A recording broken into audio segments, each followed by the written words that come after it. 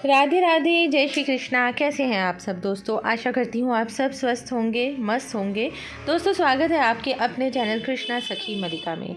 दोस्तों, तुलसी माला हम किस तरह से अपने कंठ में, अपने गले में धारण कर सकते हैं? क्या है वह नियम जिनको धारण करने से पहले, मतलब कि तुलसी माला को धारण करने से पहले कुछ नियम होते हैं, उन नियमों का पालन करना बहुत ज़रूरी होता है।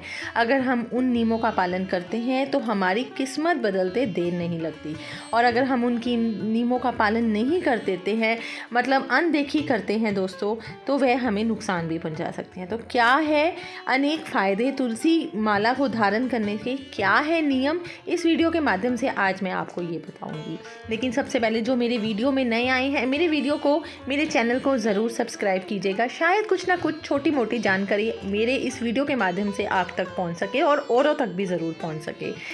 दोस्तों, तुलसी पौधे के बराबर ही तुलसी माला धारण करने का महत्व होता है। इसे पहनने वाले व्यक्ति को बहुत सारे लाभ होते हैं, घर में समृद्धि आती है और मन भी बहुत प्रसन्न रहता है।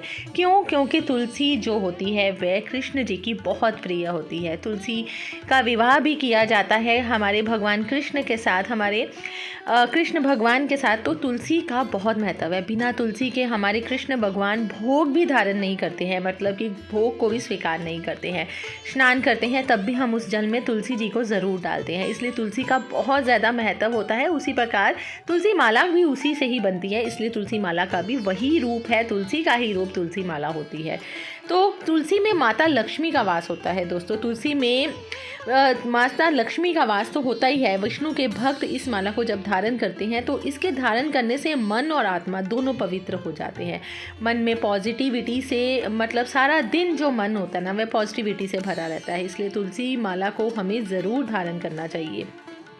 लेकिन आपको पता है कि कुछ ऐसे नियम भी होते हैं जिनको हमें ज़रूर पालन करना चाहिए जब भी हम तुलसी माला को धारण करने जा रहे होते। तो क्या है वह नियम? पहला है, मांस और मदिरा से हमें दूरी बना के रखनी चाहिए।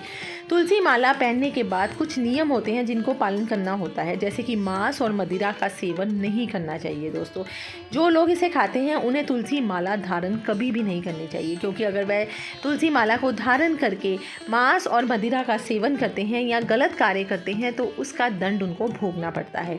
माला पहनने से पहले करें शुद्धिकरण। तुलसी की माला धारण करने से पहले तुलसी की माला का शुद्धिकरण करना बहुत ज़रूरी होता है। माला धारण करने से पहले इसे गंगा जल से धो लेना चाहिए, फिर अच्छी तरह से सूख जाए तो इसे गले में पहनना चाहिए।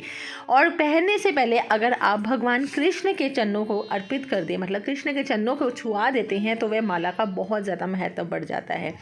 माला को हमें बार बार नहीं उतारना चाहिए। अगर माला गले में पहनते हैं तो फिर इसे बार बार नहीं उतारना चाहिए। ऐसा करने से फल की प्राप्ति नहीं होती है। माला दोस्तों तभी उतारनी चाहिए जब आप, जैसे कि मल मूत्र वगैरह का त्याग करने जाते हैं, उस समय पे तुलसी की माला को हम उतार सकते हैं। वह शास्त्रों में छूट है, क्योंकि अशुद्ध अवस्था में कभी भी तुलसी माला को धारण नहीं करना चाहिए। रुद्राक्ष के साथ तुलसी माला हमें कभी भी नहीं पहननी चाहिए। दोस्तों, जो लोग रुद्राक्ष पहनते हैं उन्हें भूल कर भी तुलसी की माला नहीं पहननी चाहिए, क्योंकि रुद्राक्ष भगवान शिव से जुड़ा है, इसलिए दोनों को साथ में नहीं पहनना चाहिए।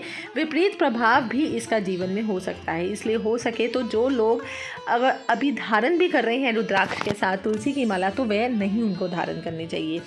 उसके बाद आता है दोस्तों, हमें कभी भी गलत काम नहीं करना चाहिए। तुलसी माला पहनने के बाद गलत काम नहीं करना चाहिए। तुलसी माला में इतनी पावर होती है कि वो आपको गलत रास्ते पे जाने से रोक देती है। तो अगर आपके मन में तुलसी माला पहनने के बाद भी गलत विचार, आप समझ रहे होंगे मैं किस तरह के विचारों की बात कर रही हूँ, अगर कोई गलत विचार आते भी हैं दोस्तों, तो तुलसी माला आपको इस चीज़ों को रोकती है, मतलब करने से रोकती हैं, वाइब्रेशंस देती हैं, आपके अंदर से आवाज़ आने लग पड़ती है कि हमें वो गलत कार्य नहीं करने चाहिए। तो तुलसी माला के कुछ यही नियम होते हैं, और हो सके तो कोशिश यही करनी चाहिए, प्याज लहसुन का भी निषेध कर देना चाहिए। अगर आप नहीं कर सकते हैं तो कोई बात नहीं है, धीरे धीरे प्याज लहसुन का भी धीरे धीरे हमें छुटकारा करवाना चाहिए, छोड़ना चाहिए। तो यही कुछ नियम होते हैं दोस्तों, जिनको धारण करने से अगर हमारा जीवन सुखी होता है तो इन चीज़ों को धारण ज़रूर करना चाहिए। आशा करती हूँ आपको मेरी ये वीडियो पसंद आई होगी और इस वीडियो के माध्यम से जिनके मन में भी कुछ भी प्रश्न हो तुलसी माला को धारण करने के पहले और तुलसी माला को धारण करने के बाद कोई भी किसी तरह का भी प्रश्न हो तो आशा करती हूँ शायद वह उन सवालों का जवाब उनको मिल चुका होगा। तो मिलती हूँ कल दोस्तों एक नई वीडियो के साथ, तब तक के लिए राधे राधे, जय श्री कृष्णा।